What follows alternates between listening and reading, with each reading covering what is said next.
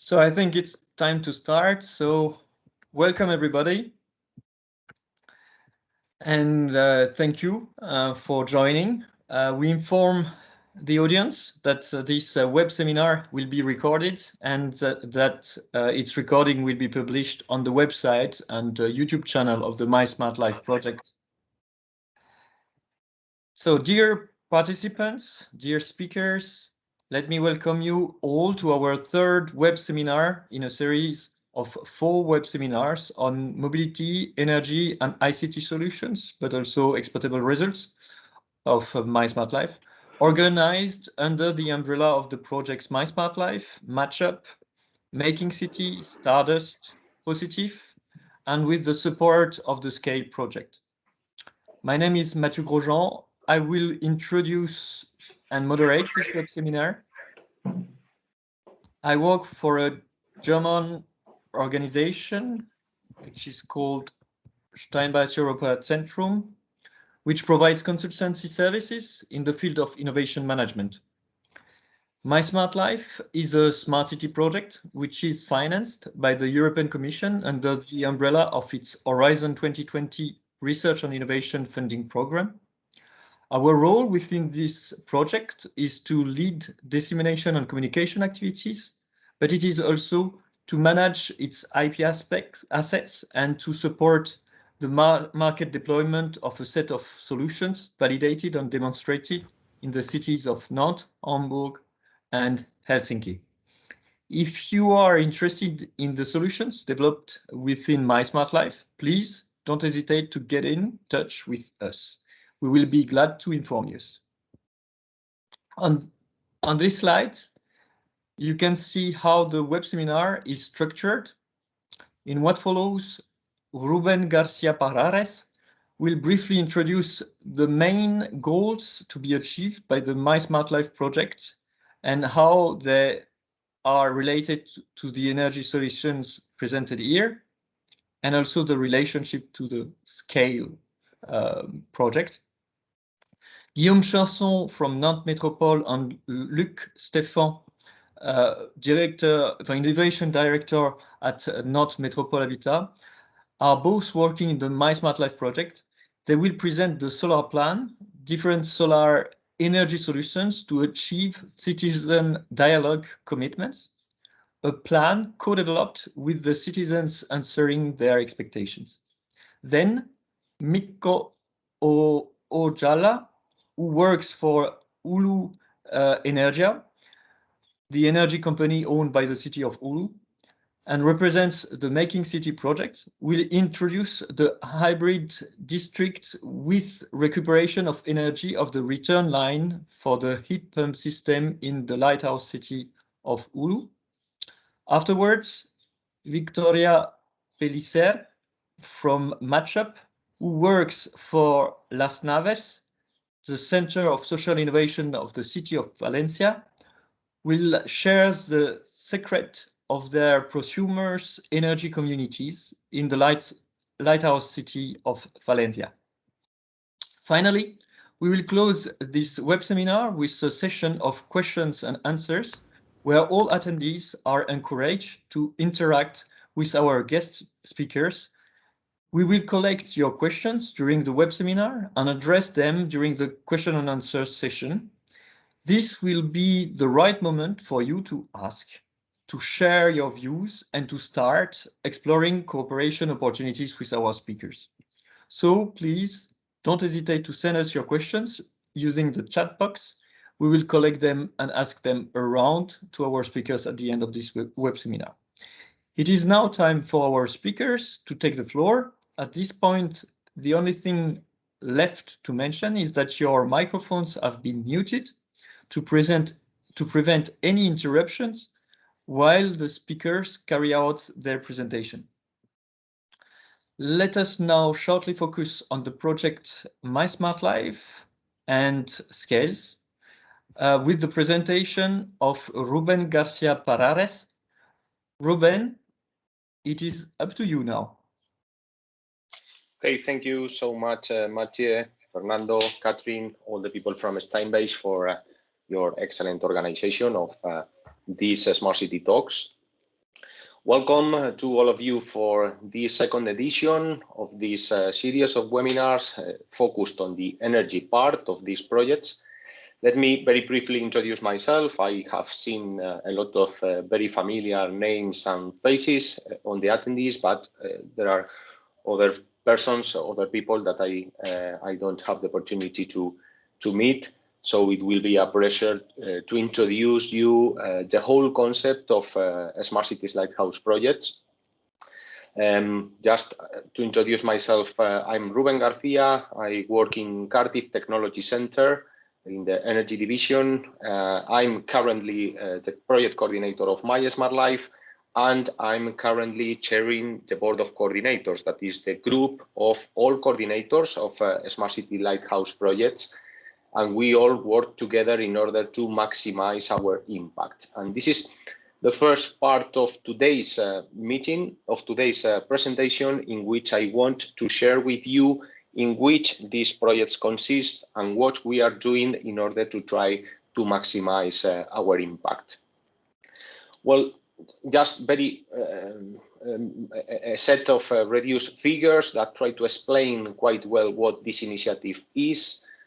This initiative is composed by 18 projects funded by the European Commission, large-scale demonstration projects that are implementing real life solutions in cities in order to plan and to implement energy transition.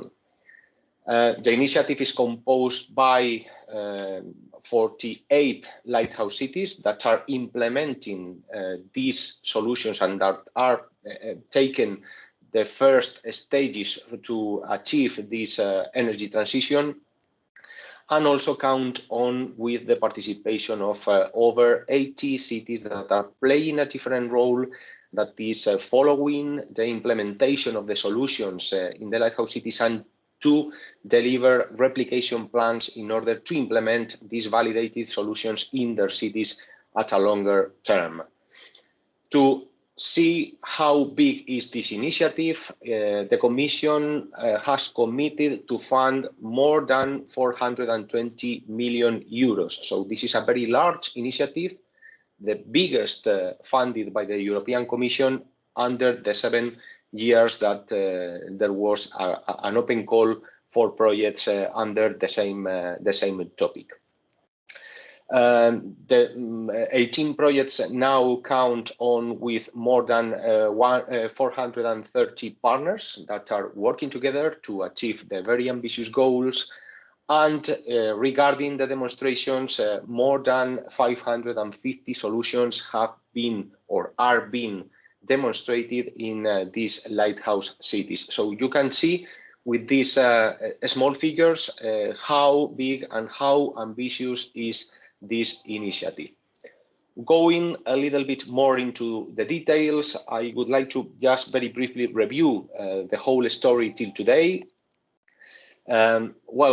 These 7 consecutive calls from the European Commission started in 2014 and 2015 with a first generation of 7 projects that were working at district scale in order to implement very ambitious energy retrofitting activities.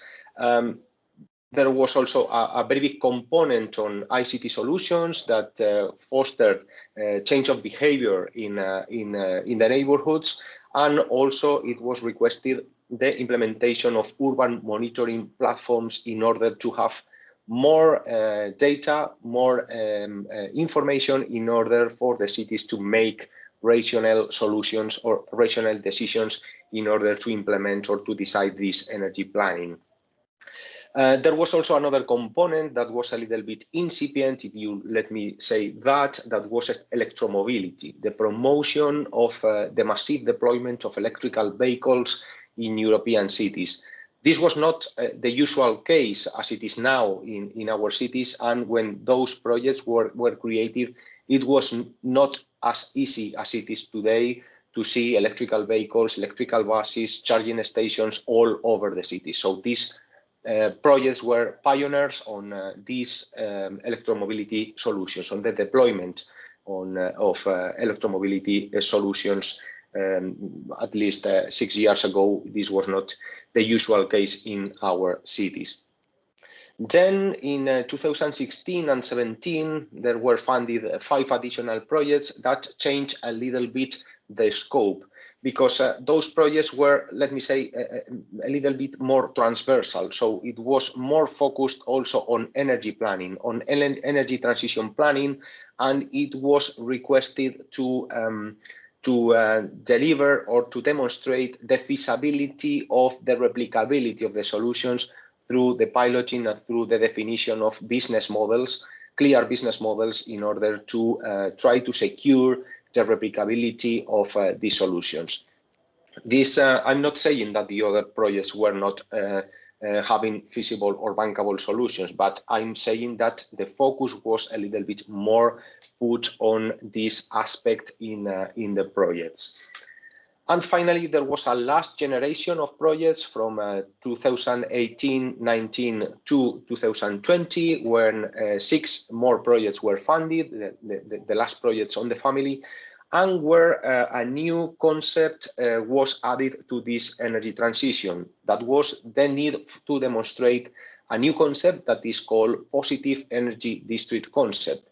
So energy transition planning was requested to be at a longer term. So this was the first time when the horizon the time horizon of 2050 was included in a call. So you know that now Green Deal, climate law, climate pact, etc., all the policies of the European Commission are working towards 2050, but in these projects, this was a clear mandate for energy planning in the cities. And this new concept of positive energy district is trying to demonstrate that a new way of working in order to create some areas in our cities that can complement other areas that cannot be as energy efficient as other parts of the city, can complement energy planning and can improve the global activities and the global implementation of our cities. The positive energy districts concept requests that we generate more energy that we consume under clear boundaries, typically at district scale. So this was a radical new paradigm that was going to be demonstrated in these projects. Today we will have the opportunity to see examples, energy examples of 3 projects that are exactly in the middle of this whole program of 7 years, with projects that are approaching to the end, like mySMARTLife, projects that are exactly in the middle or in the final stage of the implementation activities like MAtchUP, and projects that are exactly in the middle of the implementation stage, that is, for instance, Making City. This is a snapshot, a clear image of the distribution of lighthouse cities and follower cities, fellow cities in Europe. As you can see, it is a very wide coverage of all Europe, but we can highlight that in this case, we can see that in the west part of Europe, we have a little bit more lighthouse cities located, and on the east part of Europe, there are more fellow than lighthouse cities. So this is but in any case, this demonstrates that all Europe is working towards this concept of energy transition, on this concept of climate neutrality, and that all the cities that take part on this initiative are exemplars for these new policies that the European Commission has established. We are working together. We are delivering a lot of activities together, and this is a clear example that together we can be stronger and that we can achieve more impact than if we work alone and isolated. So now I move just a little bit to explain you some key facts of mySMARTLife. mySMARTLife is one of the projects of this family, is the original organizer of these Smart City Talks webinars, and just very small numbers on our project. We are 6 cities. 3 acting as lighthouse cities, in this case Nantes in France, Hamburg in Germany, and Helsinki in Finland. And we count on also with the participation of 3 follower cities, Valencia in Spain, Rijeka in Croatia, and Bydgoszcz in Poland, that are also learning from the experiences of the lighthouse cities and that are delivering replication plans in order to implement some solutions that were tested in the lighthouse cities. In the project, we are testing more than 150 smart actions. We are 45 partners, in between partners and linked third parties, working together to achieve all our objectives. We have a funding of 18.7 million euros, 21 millions of budget of the recognized budget by the European Commission, because the global budget for the 150 actions is almost 10 times this funding. Our project was originally scheduled for 5 years of duration, and now we are extending a little bit more this duration due mainly to the COVID situation that prevented us to finalize all our actions. We are at the exact stage of validation of all our activities, and because our implementation phase has finished at least 99%. Just to summarize our project, the methodology that we are proposing is that all the solutions, all the challenges of the city should follow what we call a city-led approach. So we count on always with the citizens at the core of all the decisions of the city, maximizing the use of already available tools from the cities to communicate with their citizens. What we do is to put the citizens always at the core of the identification of problems.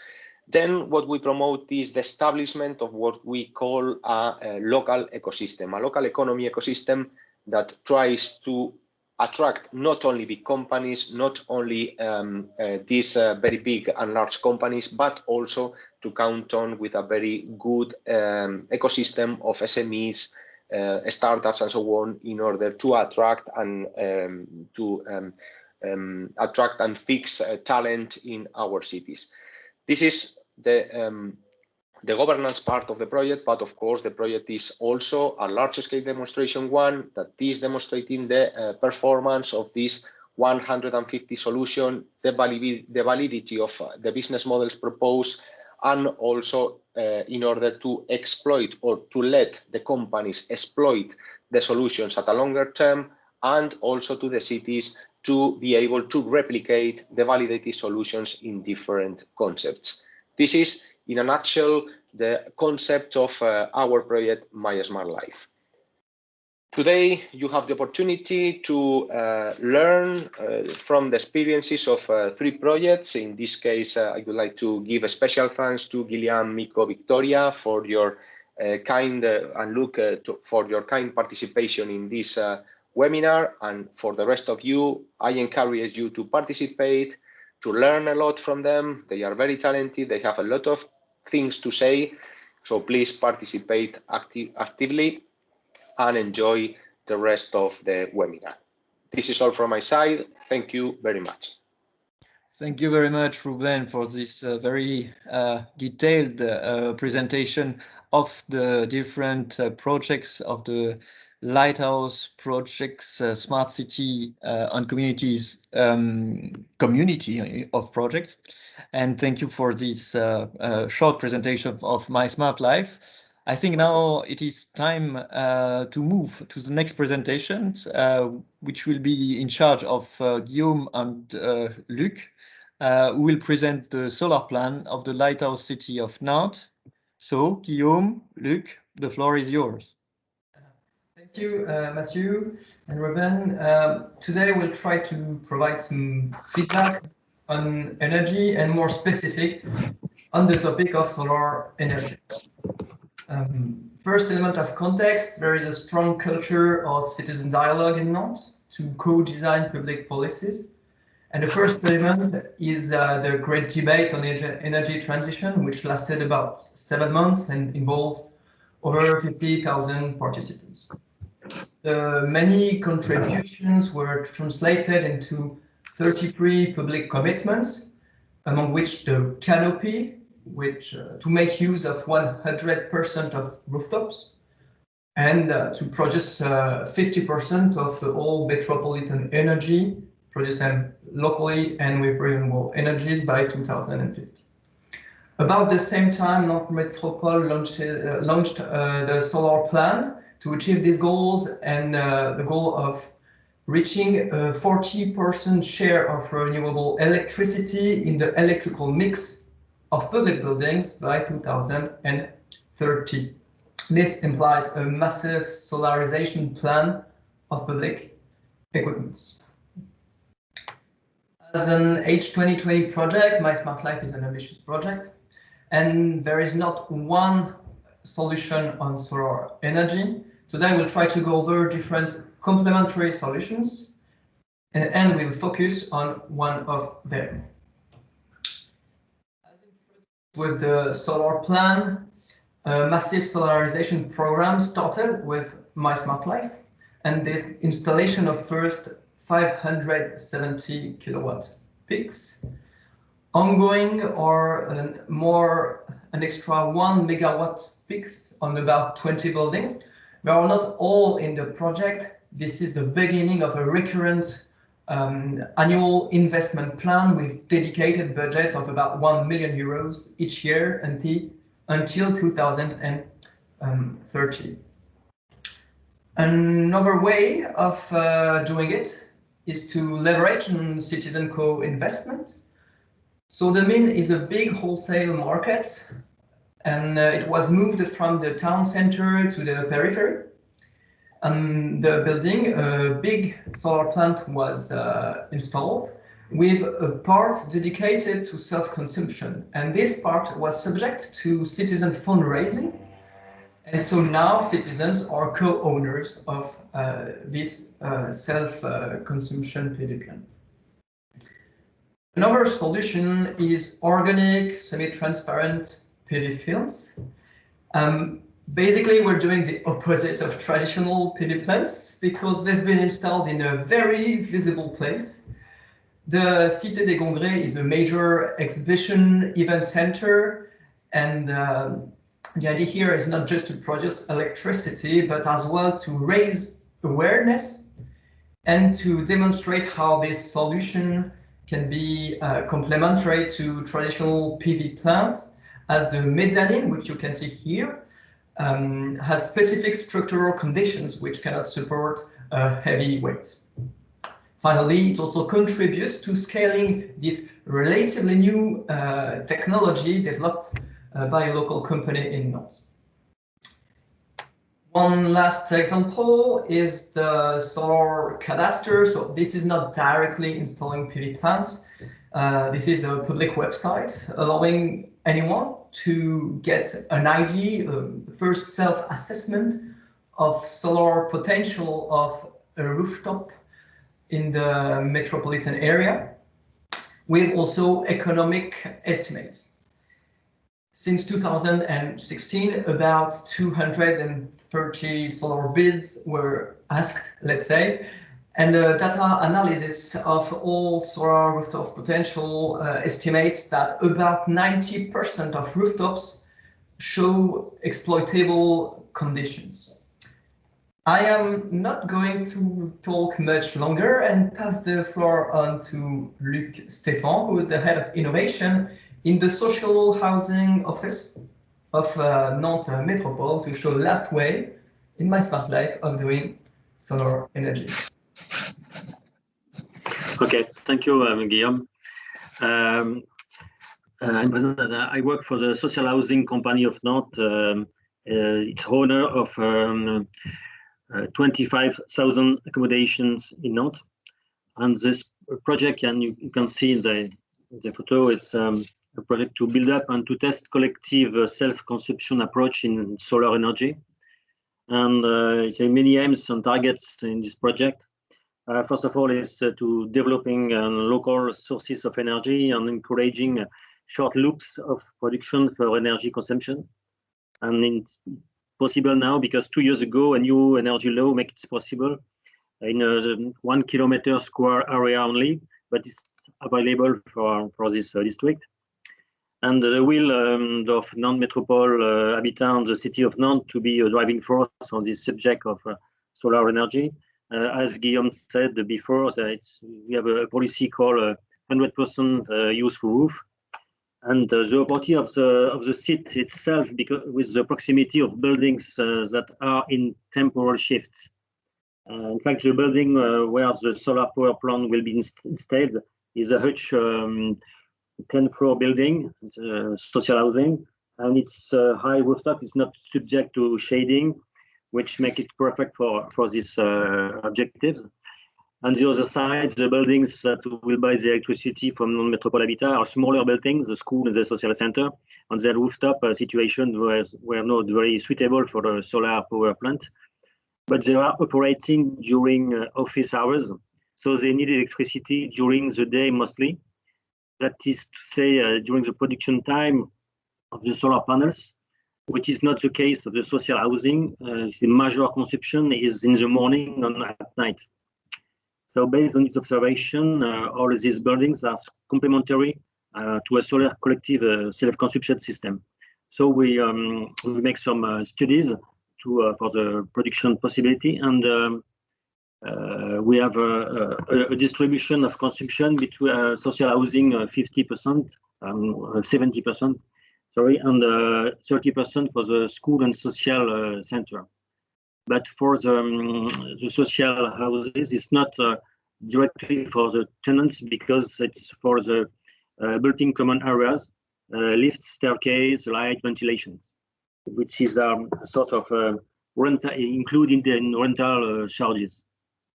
In the next slide, you can see the daily electricity charge curve, which illustrated what I said before. It's important to have to increase the power consumption level to make more profitable the system, especially in the middle of the day. In fact, regarding to the electricity distribution process in France, the energy produced by the solar panels is not directly transmitted to the buildings mentioned above. The electricity produced is measured and then injected into the grid. The distribution between the different consumers is virtual and is integrated to the bills by the energy supplier according to the coefficient defined by the stakeholders. Like I said, it's 70% vs 30%. And so for this project, it's a small project in small central because it's under 100 kilowatt peak, and the prices for the use of the public distribution network and the taxes are set by the French Energy Regulation Commission. So when you can see, it's about only 17% a year the self-production coverage of each district. Not very important, but it's very, for us, it's we want to get knowledge on this project to set up to be able to replicate this kind of operation in other neighborhoods. We have also 2 neighborhoods in the city with the same configuration. We have identified 2 other routes and high residential building nearby smaller office buildings. So in fact, we want to have a study for all the solar potential of all the roofs, and it's about about 90% of all the potential of we covered the consumption buildings common areas. That's why I can answer to the question before. That's all from my side. Okay, thank you very much for this very ambitious and exciting plan. I think we have an echo, if I'm not making a mistake. No, it's fine now. Okay, Perfect. So let's move now to another ambitious comprehensive plan, the hybrid district with recuperation of energy of the return line for the heat pump system in the lighthouse city of Oulu. Mikko Ojala, you are most welcome to start with your presentation, please. Yep, and you can see and hear me. Yes, we can see and we can hear you now. Perfect. Great. So my name is Mikko Ojala. I'm a project engineer at Oulun Energia Oy, which is the energy company of the city of Oulu. And I'm going to talk about the Making City project and hybrid district heating with recuperation of energy from the return line for heat pumps, for a heat pump system in the lighthouse city of Oulu. So a few words about the Making City project. So it's coordinated by the Cardiff Foundation and it's a Horizon 2020 project. And it focuses on demonstrating the potential of the positive energy districts or PEDs. And there's two lighthouse cities, Groningen in the Netherlands and Oulu in northern part of Finland where I am. And there's 34 partners altogether. And a few words on Oulun Energia. So we're a power network operator, a power plant operator, and district heating network operator. And we're partner in the Making City project. And our strategy at Oulun Energia is to focus on circular economy, where resources and energy flows are used and recycled efficiently. And this will also lead into our carbon neutrality path. So we aim to be carbon neutral by the early 2030s. And we feel like energy efficiency and utilization of waste heat and the PED concept and the technologies implemented in the Making City project will help us on this path and also maybe to get some new business models. And the PED area in question is in the southeast part of Oulu, and included in the PED is a grocery store complex, one retrofitted apartment building, and 3 new apartment buildings. Here is an overview of the main components and energy flows in the PED, and I'll go through this in more detail. So the basis and the service platform in this area is the district heating network. So we didn't want to build a new network in which we would transport or transfer energy around the PED, as there was already a district heating network available in the area. So we used that to transfer energy around. And one of the main producers to the network is the grocery store complex, which produces all of its refrigeration and cooling needs in a CO2 heat pump.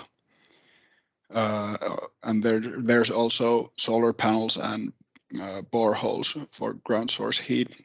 But the CO2 heat pump produces also, on top of the refrigerator, it produces a lot of heat, and there's actually throughout most of the year there's excess heat produced, which is then transferred into the district heating network, where it can be used by other buildings in the area. And also there's the apartment buildings here, and they're fitted with heat pumps which use the return line of the district heating network as a heat source. And this goes really well together with the combined heat and power plants we have in Oulu, as the lower the return line temperature is, the higher the efficiency, and we can actually get more energy back from a flue gas scrubber in the power plant. So it's nice. And there's also in the retrofitted building ventilation, air recovery, as well as sewage water recovery in 3 of the 4 buildings. And there's also solar panels that work together with the heat pump systems in the apartment buildings as well. So here are the technologies more in detail, but I already went through most of the main components, but feel free to ask if you want more detail on the subject.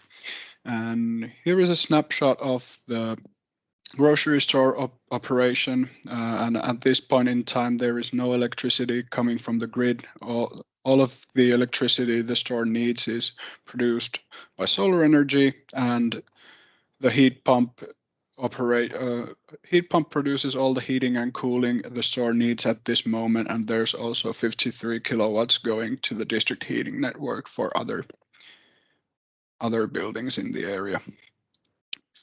And here are the heat pump production, district heating consumption, and the coefficient of performance of one of these apartment buildings. And as you can see, the need for district heating is quite low. District heating in the apartment buildings is used for peak loads and domestic hot water.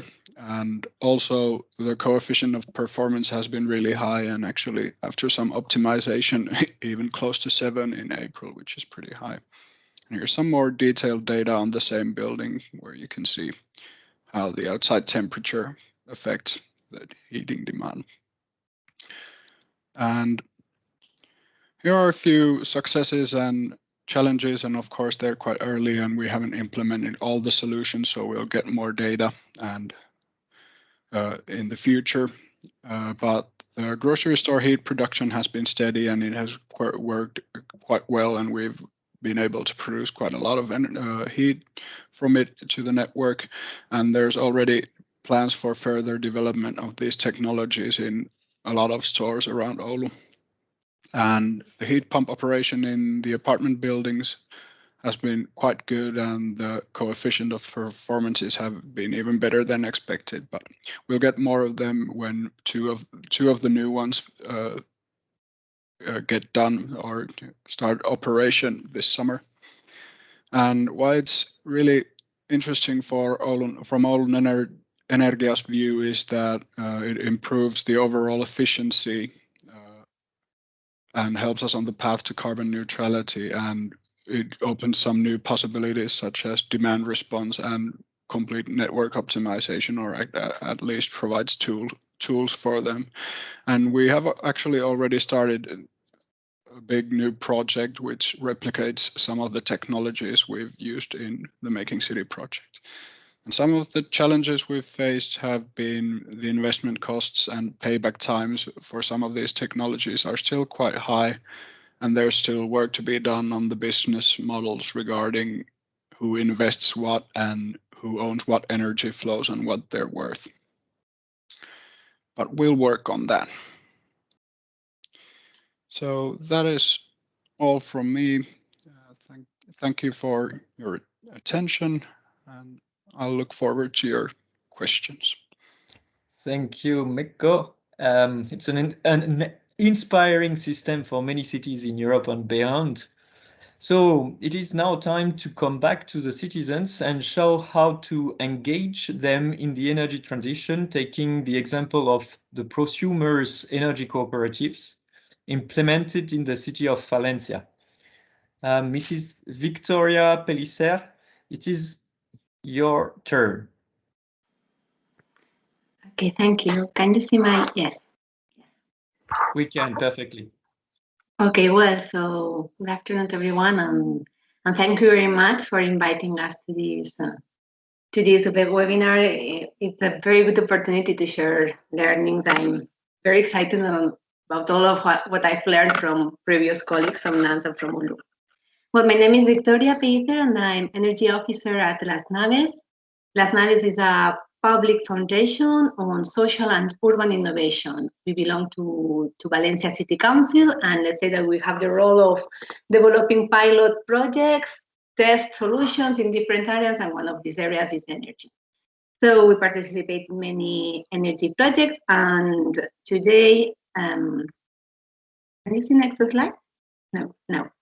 And today I want to present one specific action from MAtchUP project. MAtchUP project, as it has already been explained at the beginning, it's a project that tries to develop innovative solutions in 3 sectors: energy, mobility, and ICT.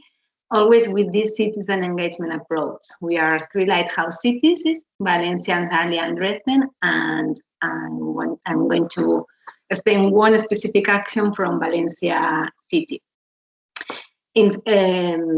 Well, the project takes into account a variety of energy solutions as the previous project from Nantes, but I'll talk about prosumers energy communities.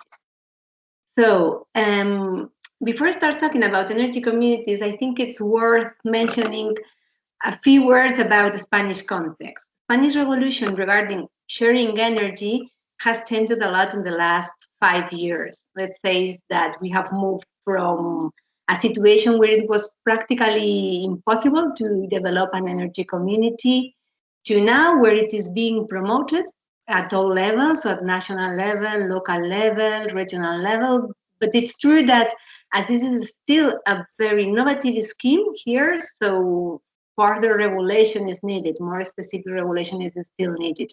And this is also why we are not as evolved, our projects are not as evolved as we would like, but we can learn a lot from previous projects. So within this framework, in our project, in MAtchUP project, we have defined 2 different models for creating an energy community and understanding the word community in a broad and open understanding. In the first project, the community are co-founders, and let's say they share the investment and benefit. It's very, very similar as one of the examples explained before from colleagues from Nantes.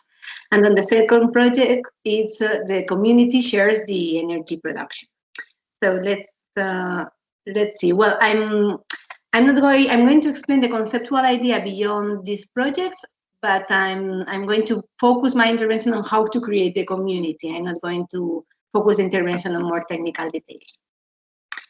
So the first project, the first one, the idea here is to build a solar photovoltaic plant in our building, in the building where Las Naves is based.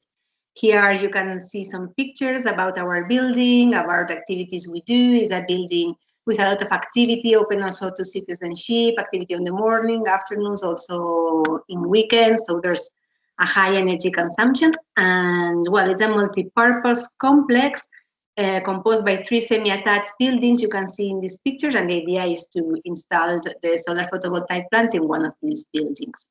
So before arriving to the phase of installing the solar photovoltaic plant, we did previous phases where we trained users of the building, mainly employees like us, and we all learned measures about energy efficiency.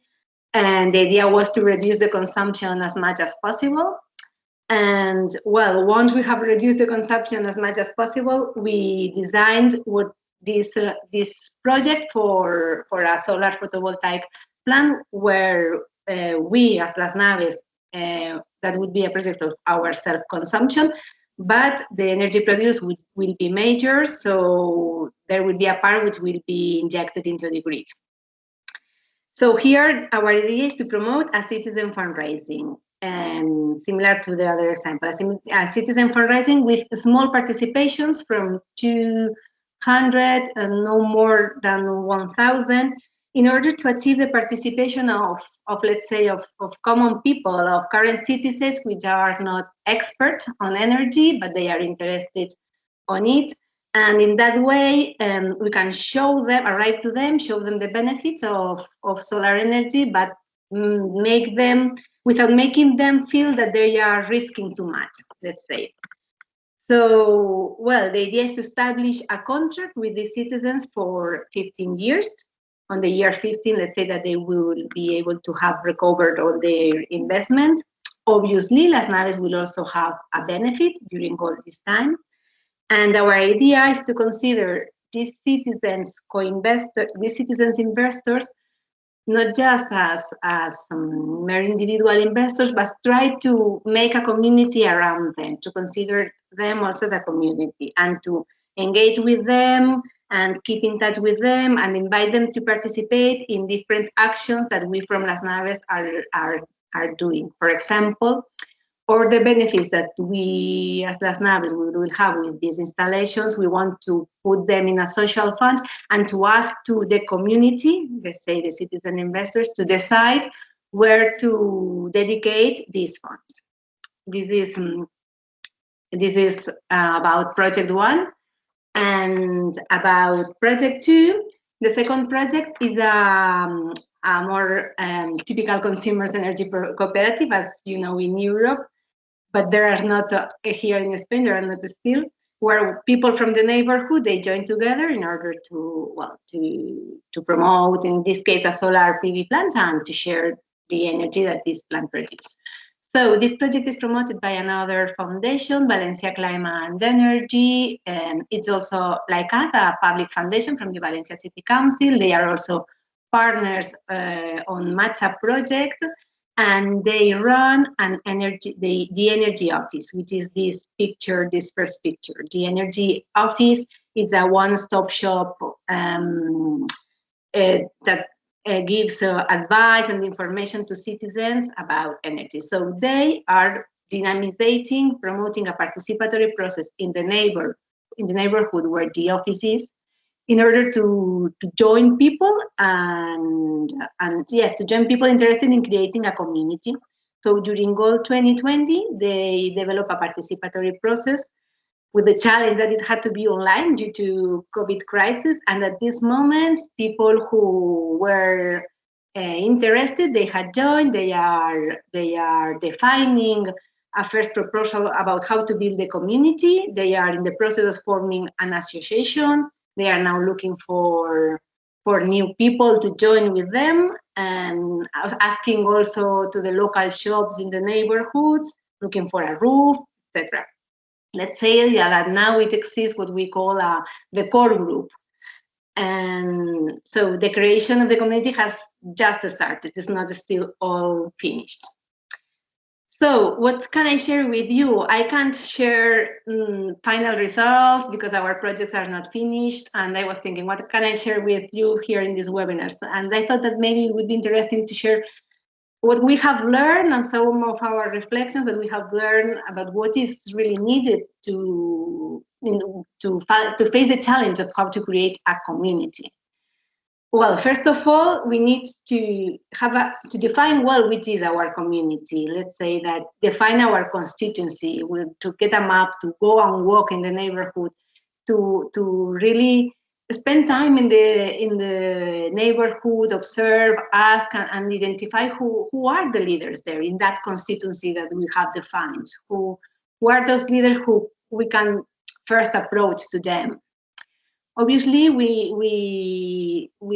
it's important to take advantage of already existing synergies. Let's say that in the community that we want to create, it already exists communities, because a community could be a youth center, a neighborhood association, a school. So this is another learning from us, to take advantage of these already existing synergies, to mapping also them. Obviously, to try to connect with real people needs, hires, and hopes. Maybe we don't have to talk about kilowatts or energy production, and we need to talk about savings, about belonging to a group, about meeting with their neighborhoods to support, to belong to a group that they have mutual support. Don't know. Try to connect with these real needs and these real hires and hopes. It's very, very key, the role of the core group, understanding the core group, a core group formed by people from the community you want to engage, not a core group formed by us or people working on the energy community for the city council, but people already belonging to that community. And start with the most motivated, of course, because this is what we call the snowflake model. They will connect with other people, but it's important first to identify who is this core group. And obviously to try to promote, the horizontal governance, horizontal procedures, spaces where all voices are listened, because this is the way that people really can feel that they belong to a community and can really get motivated and get engaged to take part of this process. It's true that we also have to assume people's rhythm. It's not always the same rhythm as European projects rhythm. So that's another big challenge. And just to finish, I bring here some ideas. I don't want to go. I don't go in depth with all of them. I leave it for the debate maybe. But to reinforce the idea that energy communities are about energy, but are very important about creating the community. This is, wow, a very first challenge. But it can be at the same time a real tool of transformation. And in fact, we can think about energy communities also as an option to promote a more, not just a sustainable transition, but also a just transition, for example, to guarantee the right to energy. And I leave it here. Thank you very much. Thank you, Victoria. It seems to be a great way to engage the citizens to the energy transition after having cleared the hurdles to the creation of such cooperatives. I would like to remind you that it is now time for the question and answers, and please do not hesitate to use the chat box if you have some questions. Since we are a bit delayed, we can start already or straight ahead with the questions that we collected for Guillaume and Luc from, so the first question is from Ganesh Sauba from DNV. How challenging was it to engage 50,000 citizens in your project during the first 7 months? And then the second questions from Jonathan Lefleur from S2I. Concerning citizen co-funding and co-ownership, could you give more details on the mechanisms and the acceptance? So Guillaume or Luc, if you can be short, thank you. I am sharing my screen again for the second question, and in the meantime, yes, I hope you can see. And so quickly, it was very engaging for the grid debate. So I go on slide grid debate, very engaging. Maybe some insights on the process. So it's a 7-month debate which started with the climate change in September 2016.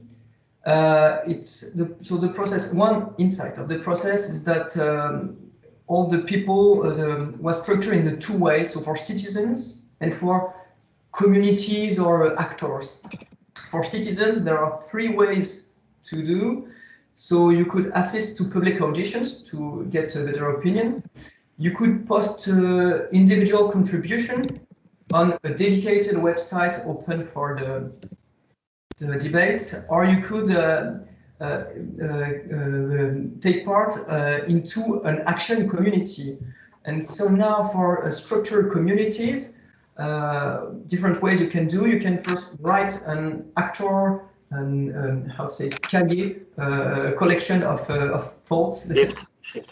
And you can also do events, and you are supported to do events, and you can get your events labeled as well. And you can also participate to actor seminars. So those are 2 ways you can involve yourself. And also, I'm trying to go quickly.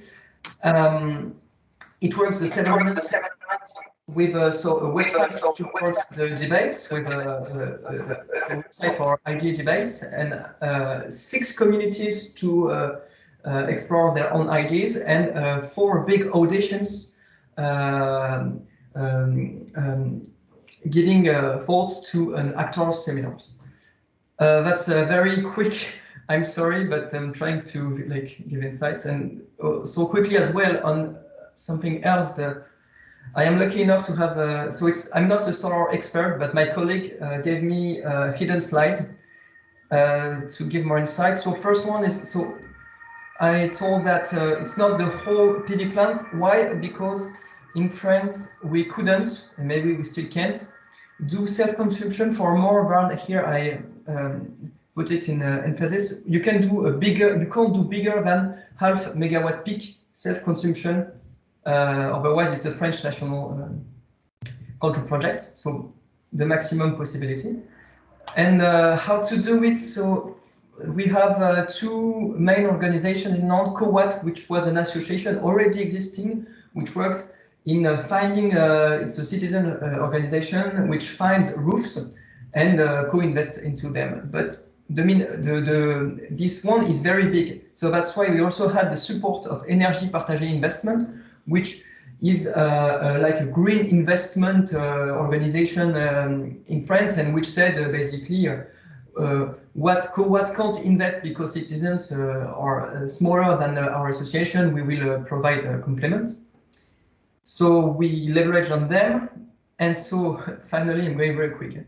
So to ensure rentability for citizens, the metropolis said, okay, we will ensure to buy it for 30 years at this price, which for you will be profitable, and for us is not bad because electricity is planned to increase in cost. And finally, so this is how it works. So there is a mixed syndicate in the middle here, which gets the electricity to cool the food. This gets financed to a megawatt structure, and with a link in the two ways with Nantes Métropole. So, but yeah, the idea was, and the shares were 100 euros. And so it was much thanks to citizens, 11 at the start, about 250 in the end. And thanks to these first citizens, which went, they call this bar afterworks, energy afterworks. And this is how they got more citizens involved. So it's much thanks to them. Hope it answers both questions quickly. Thank you very much. Thank you very much, Guillaume. Thank you very much, Luc. Now, if you have still a bit of time, Mikko, a question for you. Oulu has very hard winter conditions, but could not this solution be used for districts with milder climatic conditions? We can't hear you yet. Yeah, sorry. So some of the solution is pretty specific to Finland and North, like the combination of the return line and the combined heat and power plant. But as you said, Oulu has harsh winters, so the PED aspect is really hard to achieve here. So the grocery store operation and its use in the area to give excess heat to the surrounding buildings could be used in every climate, and it would actually be even better, as there would be more excess heat, and during the winter here the grocery store needs all of the heat it produces itself, so there is none at some point in the winter, none of the heat is going out of the store. So some of these technologies could be used very well in milder climates as well. Thank you very much, Mikko. Now, a very last question for Victoria Pellicer. You said that energy communities can be a tool for promoting the right to energy. Could you describe this idea in more details? And do you know any example where an energy community has contributed to tackle energy poverty? Yes, I said that the last very quickly, but the thing is that energy community means, well, a radical different way of, or a radical new scheme of production and consumption of energy. So let's say that if we move from a centralized model to a decentralized model, we move from a model where decisions are taken by big companies to a model where decisions are taken by citizens. So I think it opens a window of opportunity to promote new schemes with other values based, why not, well, on sustainability, but why not on solidarity or on mutual support, let's say. So, well, I know different schemes. For example, I like one example in Italy, that the Italian social housing company in Prato, they built an energy community with 29 social housing, where households in a very vulnerable situation, and a community center, a garden, a square, and there was a community there. It was a nice example to to promote a collective self-consumption, to fight against energy poverty, and to promote energy efficiency. But the example showed by colleagues from Nantes is also a good example for that, the example with the social housing and center and so on. Well, yeah, there is a nice, just to finish, there is a very nice guide. I know most of you know it. Community Energy, a practical guide to reclaim power. It's from Friends of the Earth and Rescope and Energy Cities. And there are examples there for different examples for how community energy can be a tool for fighting against energy poverty. Thank you very much, Victoria. Sorry for being a bit pushy now for these very last minutes. We are a bit above the time. Before closing this web seminar, a last advice from my side. Save the date for the Thursday, 24th of June from 2 to 3 p.m. CEST, and join our next web seminar where ICT solutions will be presented by the organizations implementing them in several lighthouse cities. So this series of web seminars are conceived to open a communication channel where interested organizations have the chance to interact with innovative organizations active in these projects. To conclude, we just want to thank the speakers and the organizers and the different projects that supported the realization of this web seminar for their engagement and excellent work, but also the audience for your interest and your attention and your questions. We hope to meet you again on June the 24th. Take care and bye-bye.